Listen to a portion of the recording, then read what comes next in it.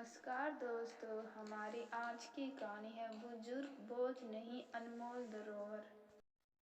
Japan के एक राज्य में किसी वक्त कानून था कि बुजुर्गों को एक निश्चित उम्र में पहुंचने के बाद जंगल में छोड़ा आया जाए। जो इसका पालन नहीं करता था उसे संतान समेत फांसी की सजा दी जाती थी। उसी राज्य में पिता पुत्र की एक जोड़ी रहती थी। दोनों में आपस में बहुत प्यार था। उस पिता को भी एक दिन जंगल में छोड़ने का वक्त आ गया। पुत्र का पिता से अलग होने का बिल्कुल भी मन नहीं था, लेकिन क्या करता, कानून तो कानून था। न मानो तो फांसी की तलवार पिता पुत्र दोनों के सिर पर लटकी हुई थी। पुत्र पिता को कंधे पर लादकर जंगल की ओर चल दिया। जंगल के बीच पहुंचने के बाद ऐसी जगह रुका जहां पेड़ों पर काफी फल लगे हुए थे और पानी का चश्मा भी था। पुत्र ने सोचा कि पिता की भूख प्यास का तो यहाँ इंतजाम है, रहने के लिए एक झोपड़ी और बना देता हूँ। 2 दिन तक वो वही लकड़ियाँ काट कर झोपड़ी बनाने में लगा रहा। पिता के विश्राम के लिए एक तख्त भी बना दिया। पिता ने फिर खुद ही पुत्र से कहा, अब तुम्हें लौट जाना चाहिए। बड़े मन से पुत्र ने पिता से विदाई ले ली तो पिता ने उसे एक खास किस्म के पत्तों की पोटली पकड़ा दी। पुत्र ने पूछा कि ये क्या दे रहे हैं, तो पिता ने बताया, बेटा जब हम आ रहे थे तो मैं रास्ते भर इन पत्तों को गिराता आया था, इसलिए कि कहीं तुम लौटते वक्त रास्ता न भूल जाओ। ये सुना तो पुत्र जोर जोर से रोने लगा। अब पुत्र ने कहा कि चाहे जो कुछ भी हो जाए, वो पिता को जंगल में अकेला नहीं छोड़ेगा। ये सुनकर पिता ने समझाया, बेटा ये मुमकिन नहीं है। राजा को पता चल गया तो दोनों की खाल खींचने के बाद फांसी पर चढ़ा देगा। पुत्र बोला, अब चाहे जो भी हो जाए, मैं आपको वापस लेकर ही जाऊंगा। पुत्र की जिद देखकर पिता उसके साथ लौटना ही पड़ा। दोनों रात के अंधेरे में लौटे। पुत्र ने घर में ही तहखाने में पिता को रहने का इंतजाम कर दिया, जिससे कि और कोई पिता को न देख सके। पिता को सब खाने पीने का सामान वो वही तहखाने में पहुंचा देता था।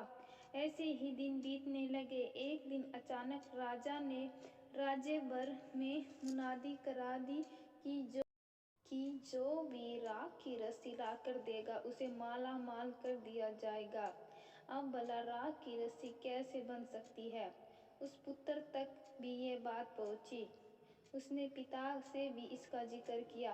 पिता ने ये सुनकर कहा कि इसमें कौन सी बड़ी बात है, एक तसले पर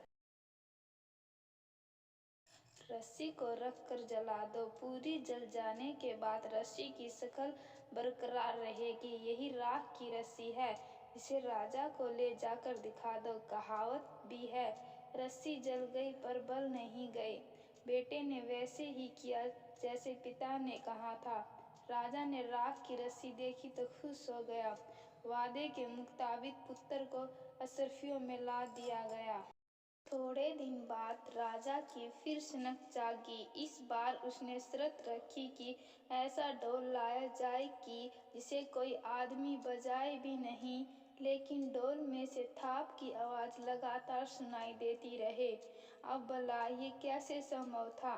गले में ढोल लटका हो, उसे कोई हाथ से बजाए भी नहीं और उसमें से थाप सुनाई देती रहे।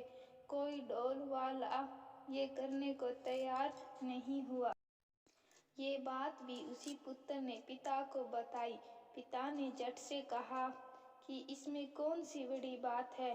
पिता ने पुत्र को समझाया कि ढोल को दोनों तरफ से खोलकर उसमें मधुमक्खियां भर दो, फिर दोनों तरफ से ढोल को बंद कर दो। अब मधुमक्खियां इधर से उधर टकराएंगी और ढोल से लगातार थाप की आवाज आती रहेगी। पुत्र ने जैसे पिता ने बताया वैसे ही किया और ढोल गले में लटकाकर राजा के पास पहुंच गया। ढोल से बिना वजह लगातार आवाज आते देख राजा खुश हो गया। फिर उसे माला माल किया। लेकिन इस बार राजा का माथा भी ठन। उसने लड़के से कहा कि तुझे इनाम तो मिल ही गया, लेकिन एक बात समझ नहीं आ रही कि क्या पूरे राज्य में अकेले तू ही समझदार है? कुछ तो राज है, राज बता दो, तुझे दुगना इनाम मिलेगा। इस पर लड़के ने कहा कि ये राज वो किसी कीमत पर नहीं बता सकता। राजा ने उस लड़के पर बहुत जोर देने पर लड़के ने कहा कि पहले उसे वचन दिया जाए कि उसकी एक मांग को पूरा किया जाएगा।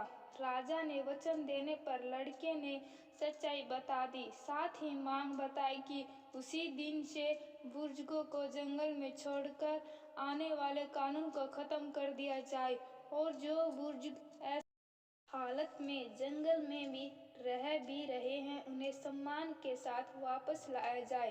राजा ने वचन के अनुरूप फौरन ही लड़के की मांग मानते हुए उस कानून को निरस्त कर दिया, साथ ही जंगल में सब बुजुर्गों को वापस लाने का उपदेश दिया। अगर दोस्तों आपको यह कहानी पसंद आए तो कमेंट और लाइक शेयर जरूर करिएगा। धन्यवाद।